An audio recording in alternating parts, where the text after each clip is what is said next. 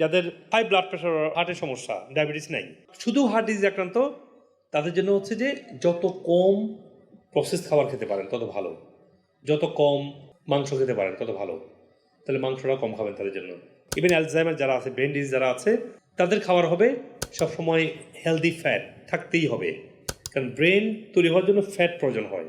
তাদেরকে vegetable juice খাওয়া লাগবে, কারণ আমাদের ব্রেন তৈরি একটা হাইড্রো ইলেকট্রিক, হাইড্রো মানে ওয়াটার, ইলেকট্রিক মানে ইলেকট্রন, আসলে মানে হলো লবণ। তা লবণ এবং চর্বি এটা হচ্ছে ব্রেনের দরকার। আর লবণ, এই লবণ মানে আবার এই লবণ না, আমাদের ধারণা ছিল কি তেল চর্বি কম খেতে হবে, ঝাল ঝাল পোড়া কম খেতে হবে, মশলা কম খেতে হবে, তাই না?